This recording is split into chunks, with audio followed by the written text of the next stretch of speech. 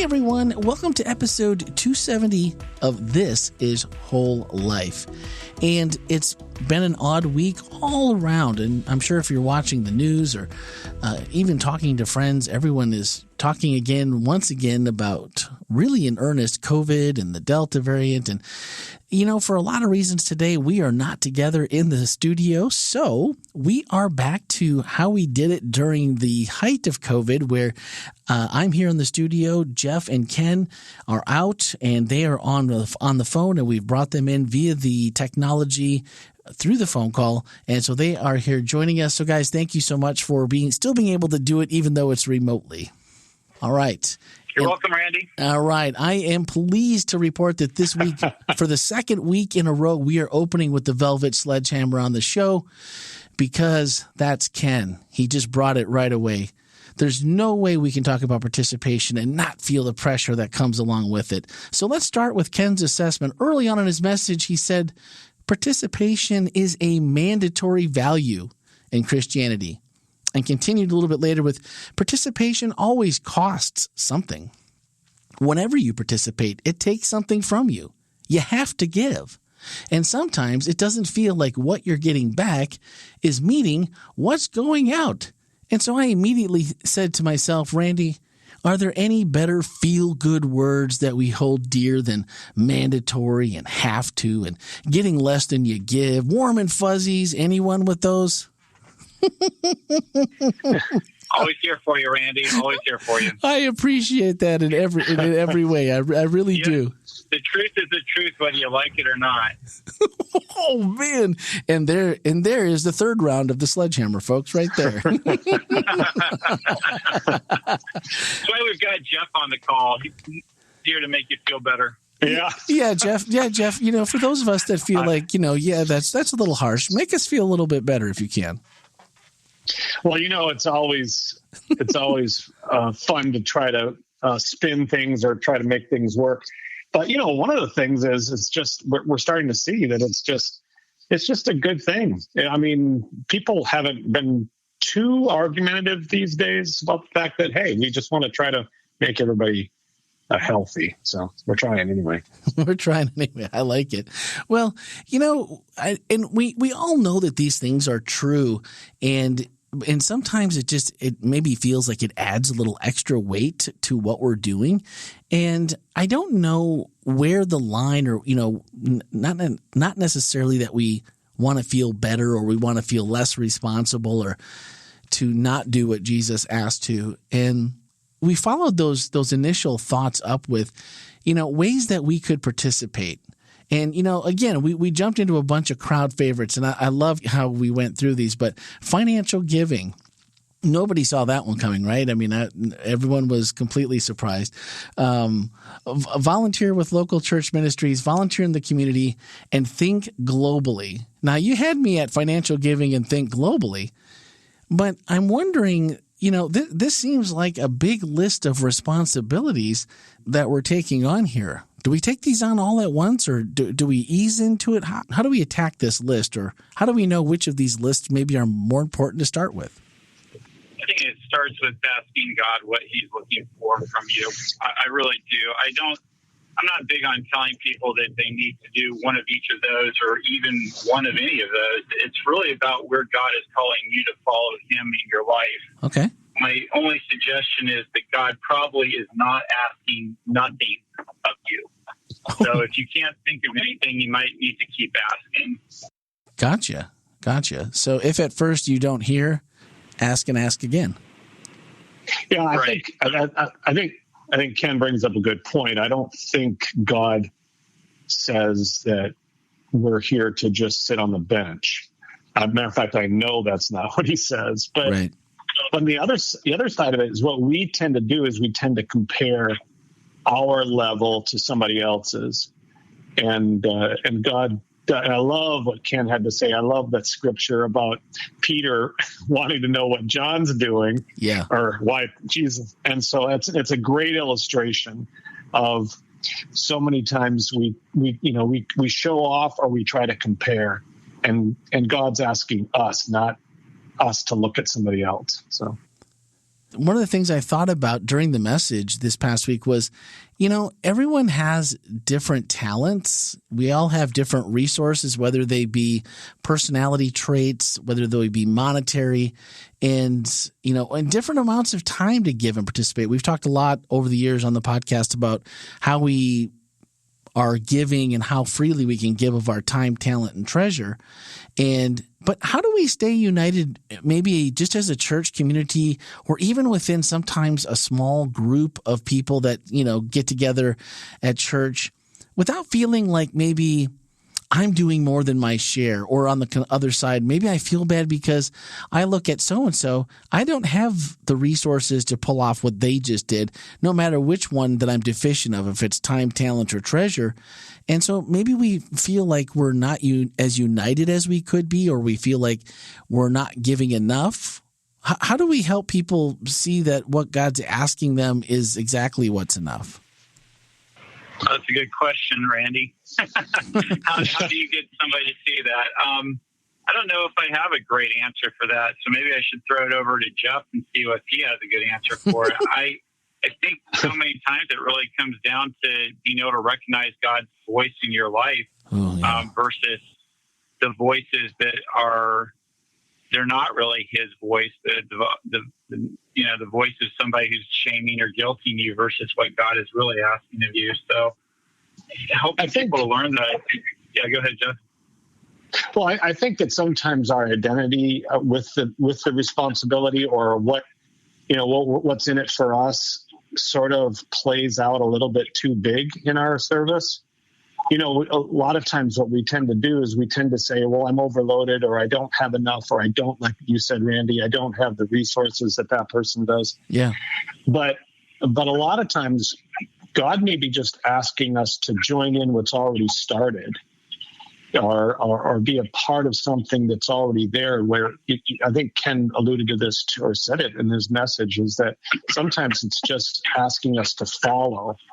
And it doesn't require us to try to make a name for ourselves or figure out a way for us to burn ourselves out.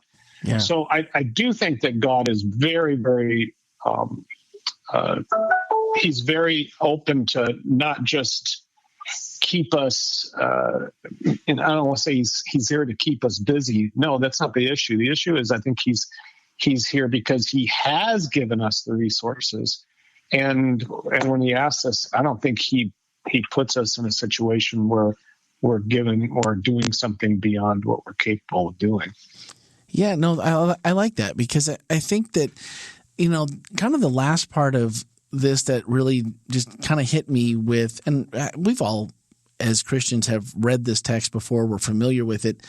Jesus' words in Mark 8:34, when He says, then calling to the crowd to join His disciples, He said, if any of you wants to be my follower, you must give up your own way, take up your cross, and follow me.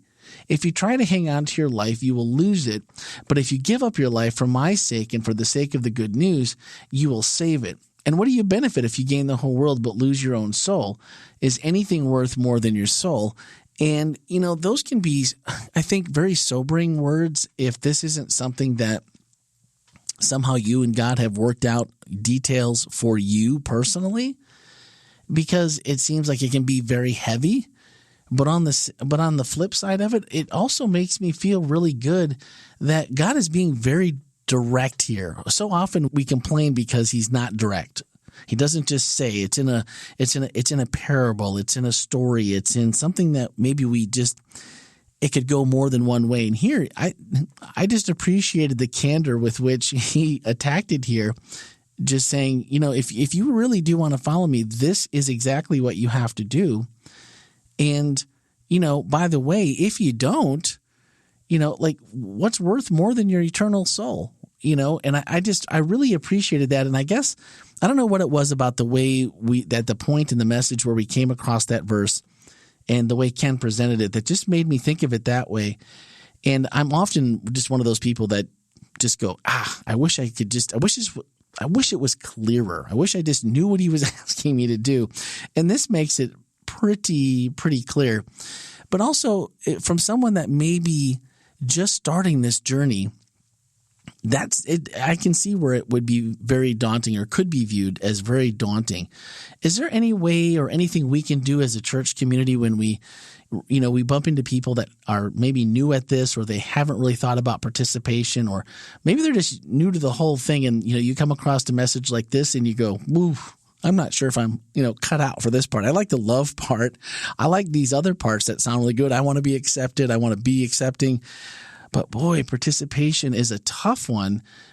Is there anything that we can do as a church community to help those feel like they can do it without getting discouraged or dropping by the wayside?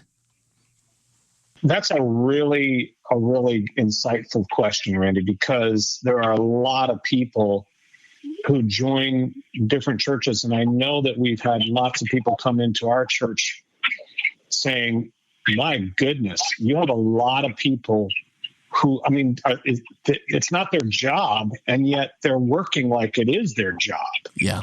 And they're coming, and maybe they come from different faith backgrounds, but it is unusual for some people who've come from different, religious and faith walks to see different types of church involvement as being overwhelming or cumbersome. And I don't think that, that's what Christ asks us to do. I think he helps us understand the weight of what we're in and what we want. And I think then we desire to put out that effort. So I would probably first say, hey, assess your own walk with Christ before you assess the magnitude of what you think God's asking you to do.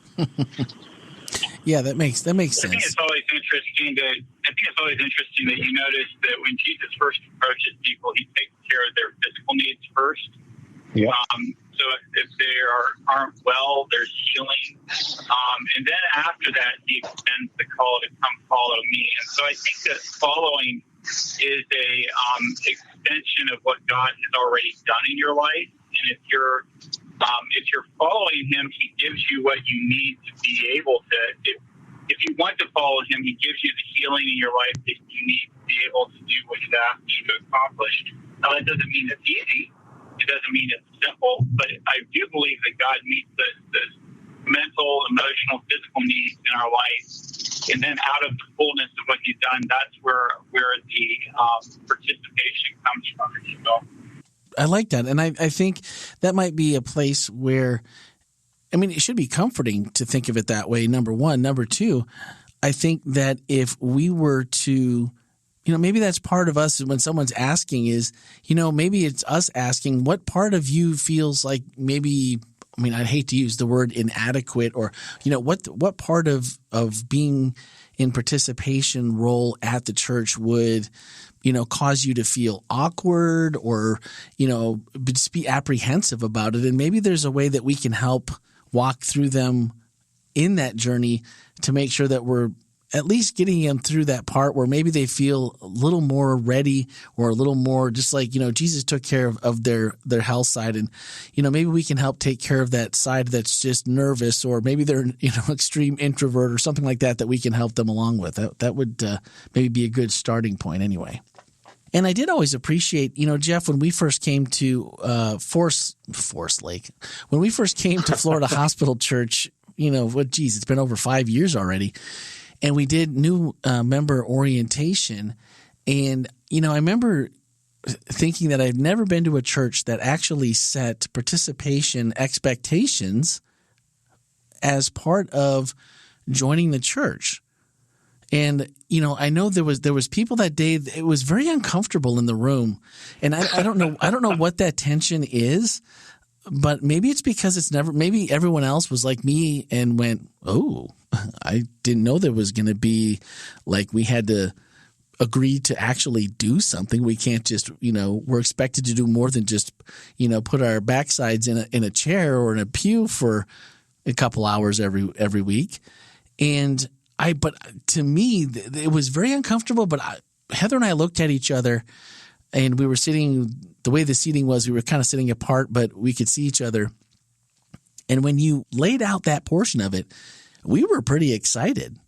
because that was like, oh man, if this is the expectation that everyone is going to participate, everyone's going to have a role, what a great community of people and like-minded individuals we'll be going to church with. And think of the ministries that are here that are probably really flourishing. Yeah, it's a piece that I think eventually we embrace because of our own. I mean, we all want to find a way in which we can connect and be a part of something. Yeah. And Christ makes it very clear that that's service. So I wanted to ask each of you individually, and you can pick who goes first. But personally, the other part I feel like is people need to hear someone who is in participation, even if it's something that they would never do themselves, or they would never think to themselves, I would never want to do that. Or, they may not resonate with what you're doing, but more with that you're doing. And just for each of you personally, what brings you the most reward or the most joy in your participation? I mean, I know you're both pastors, but maybe it's something in your personal life that you participate in church outside necessarily your role as a pastor, or even if it is, what about participation brings you joy personally? I would say that the biggest joy is when you take on something really difficult and see it through, and then watch the impact that it has on other people and the good things that come out of it. I think that for me is where there's a lot of joy. I can, just think of it. It's interesting that, like, for me, the proportion of joy that I get out of something often has to do with the amount of effort that it took to accomplish it. So the less effort, the less joy.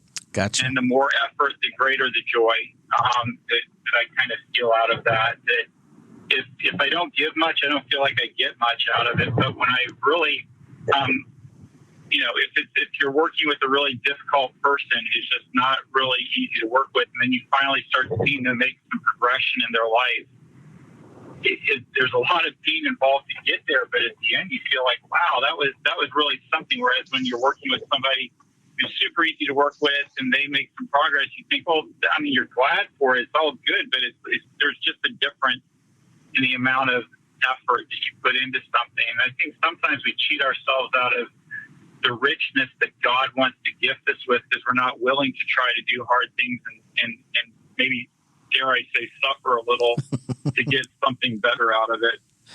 Yeah. Jeff?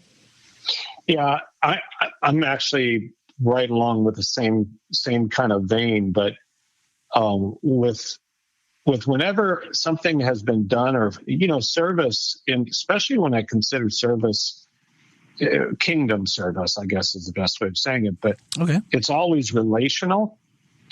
And I mean, very, very few times have I seen service that God's asked me to do when it didn't involve another person. I can't really even think of a time. It's tough to do.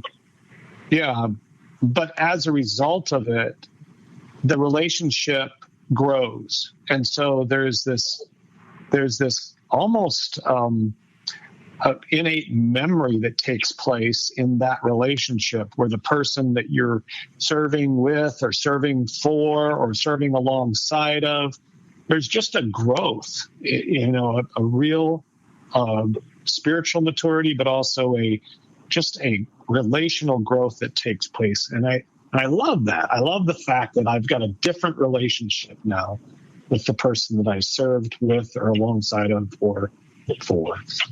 The personal part of it is the absolute best part for me. I would agree with that 100%.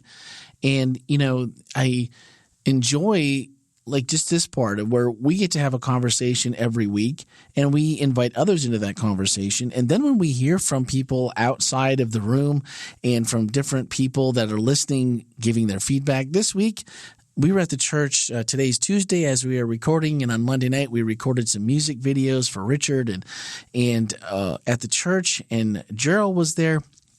He's a percussionist you'll see on stage all the time at church, always giving of his talent that way. And he came up to me last night and he said, man, I've really been enjoying the podcast. He's like, great work. You guys sound like you're having a lot of fun. So that was good to hear and always good to get that feedback. So, all right. We are down to the questions from the Q&A. We had 2, and it is a regular question asker, and I love it that she is consistently asking questions. And this is from now our Q&A on Saturday. Whatever questions we don't answer in person, we just take care of them here. So Trafina Powell Brown asked, what if you're not sure on what your gift is to participation? The people who participate here at Whole Life seem to be really good, or what I think I'm good at is not here.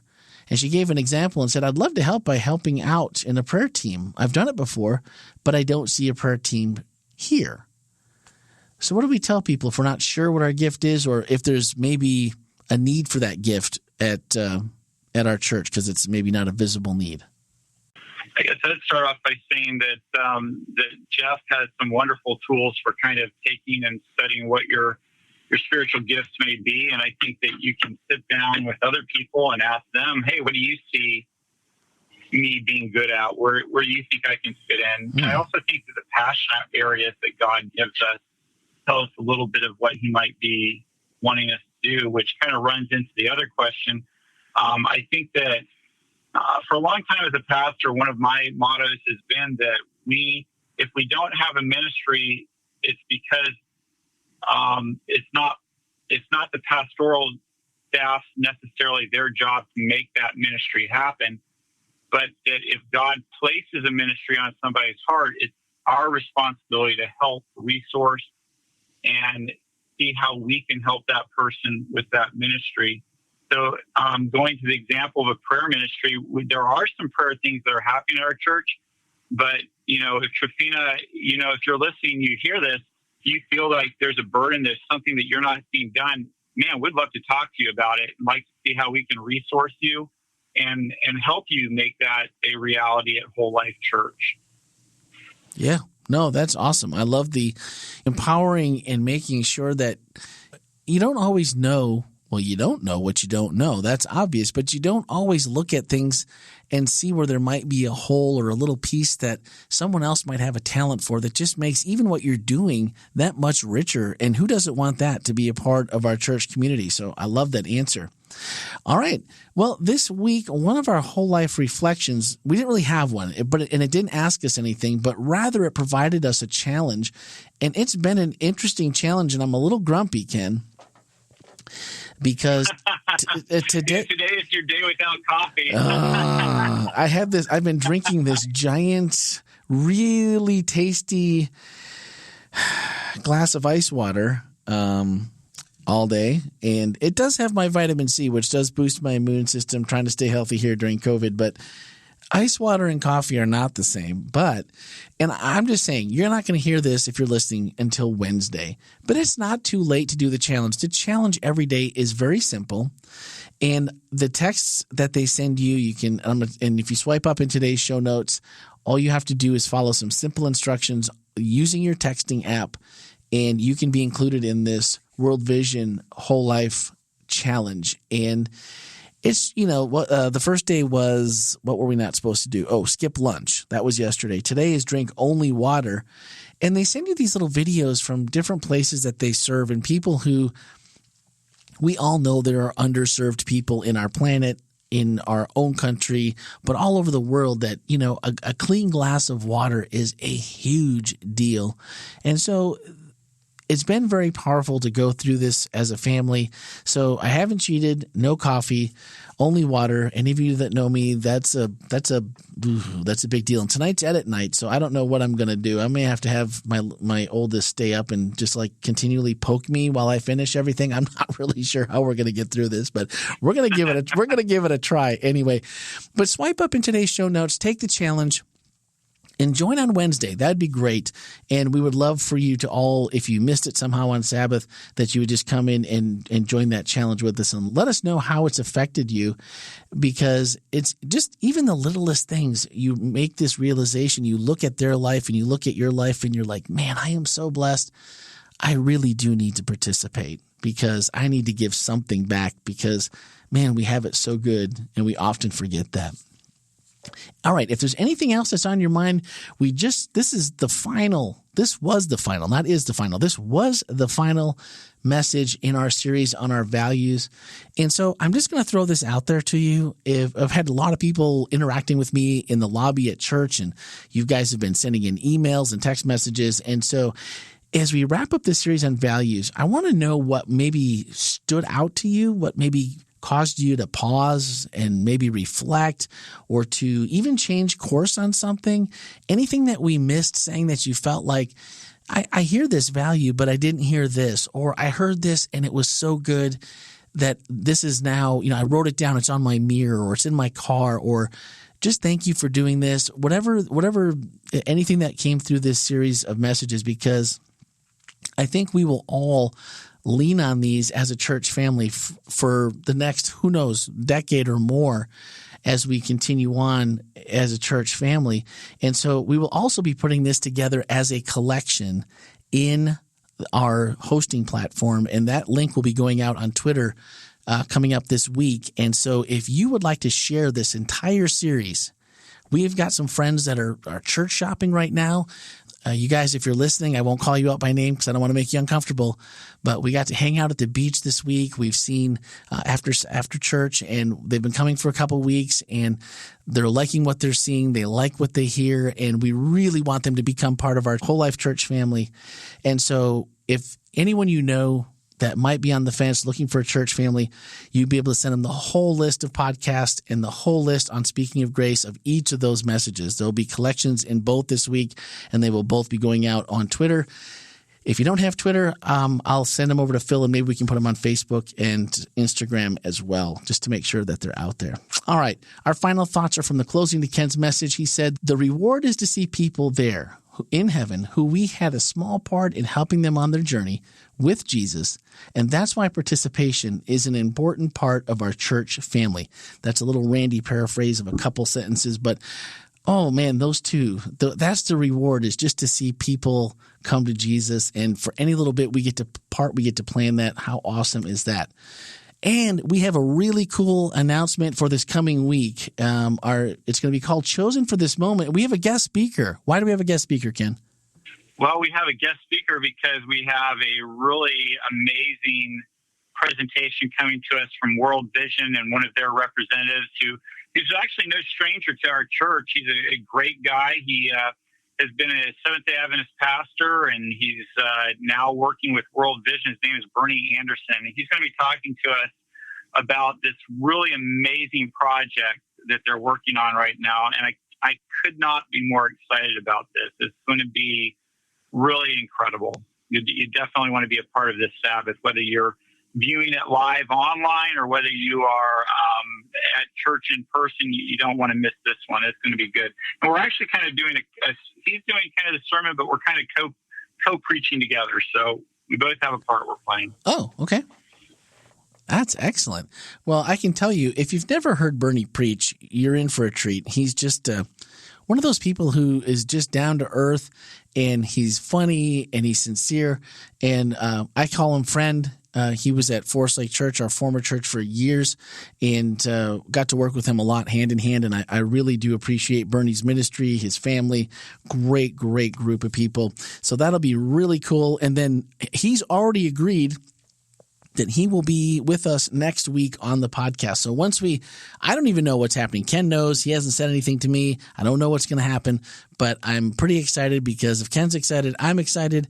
Then that means we will have everybody, after all the announcements, everything goes on, we'll have Bernie here on the podcast as well, which will be a treat. It's always good to have a guest. So thanks, everyone. Send us your thoughts on the whole values message.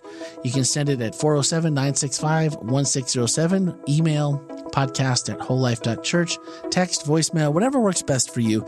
Would love to hear from you. We'll answer those questions next week, along with anything from the Q&A that's left over. So guys, have a great week. Stay safe out there, and we'll see you all next week.